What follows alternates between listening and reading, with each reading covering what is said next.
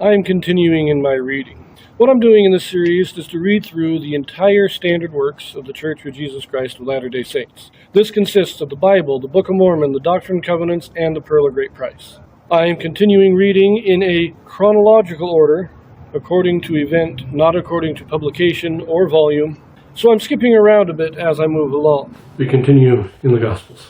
We have been in the last month or so of Christ's mortal ministry. He's raised Lazarus from the dead, spent most of his time outside of Jerusalem, and was teaching the people both in Galilee but also in the east in Jericho. He spent some time there. And he came back towards Jerusalem, and while in Bethany, Mary anointed him with oil. But we have now entered the final week, and our last reading was in Matthew reading of Christ's triumphal entry. Now we're going to read the triumphal entry again, this time in Mark. In this video, we have a Joseph Smith translation. Now what the Joseph Smith translation is, this is a translation or correction done by Joseph Smith to restore those passages that have been lost or corrupted over the years. Mark chapter 11, verses 1 through 11. And when they came nigh to Jerusalem, unto Bethphage and Bethany, at the Mount of Olives, he sendeth forth two of his disciples, and saith unto them, Go your way into the village over against you, and as soon as ye be entered into it, ye shall find a colt tied, whereon never man sat. Loose him, and bring him. And if any man say unto you, Why do ye this? Say ye that the Lord hath need of him, and straightway he will send him hither. And they went their way, and found the colt tied by the door without in a place where two ways met, and they loose him. And certain of them that stood there said unto them, What do ye, loosing the colt? And they said unto them, Even as Jesus had commanded. And they let them go.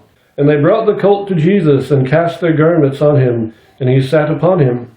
And many spread their garments in the way, and others cut down branches off the trees, and strawed them in the way. And they that went before, and they that followed, cried, saying, Hosanna! Blessed is he that cometh in the name of the Lord. Blessed be the kingdom of our father David, that cometh in the name of the Lord. Hosanna in the highest. And Jesus entered into Jerusalem, and into the temple. And when he looked round about upon all things, and now the eventide was come, he went out unto Bethany with the 12. There are a number of differences between Mark and Matthew. First of all, Matthew is the one that mentions the prophecy that Christ would come riding on an ass, or on the colt of an ass. Mark does not mention this. However, Mark does mention that there were those who questioned the apostles. Two of the apostles go and they get the colt. And there are those who come and say, What are you doing? And they do exactly what Christ told them to. They say, The Lord has need of him. And the people let them go. Matthew doesn't mention that. In Matthew, they just go get the colt and bring him to Christ. Now, most everything else is the same. Christ, they put their clothes on the ass, on the colt, and Christ sits on the colt and he is paraded through. And remember the triumph, why we call this the triumphal entry, is because in ancient Rome, your victory in battle wasn't your triumph. Your triumph was the parade that you did going through the city to display all that you had won. All the treasure you brought back, all the slaves you brought back, all the exotic animals, all that stuff. That was the triumph. The triumph was that parade that you would host yourself. I may forgot to mention that, but it wasn't a parade that the city was throwing for you. You would put on a parade in order to display your victory.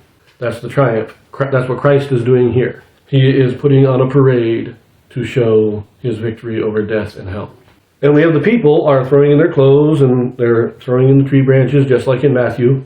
And we also have this indication that the people are lining the streets as Christ comes. They're casting their clothes and branches down in front of him. And after he passes by, they stand and they step into the procession and follow him.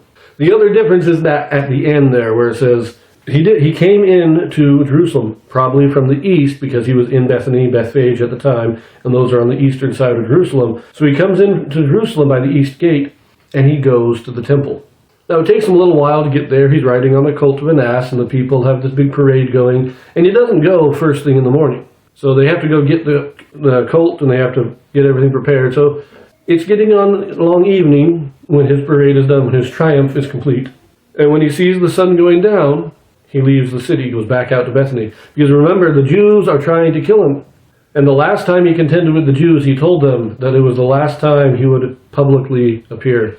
And so he does this triumphal entry, goes to the temple, and as soon as the sun starts going down, he leaves and he goes to Bethany. But that's the difference. Other than that, it's the same story. We just get a few extra details here. So now, let us look at the Joseph Smith translation for Mark. In verse 2, it is now, and said unto them, and then later on it says, as ye have entered into it, ye shall find a colt tied, whereon no man ever sat. Loose him and bring him to me. Minor grammatical clarifications. Verse 4, at the end there, do not they loose him, but loosed him. Fix the tense. Verse 5 is now rendered.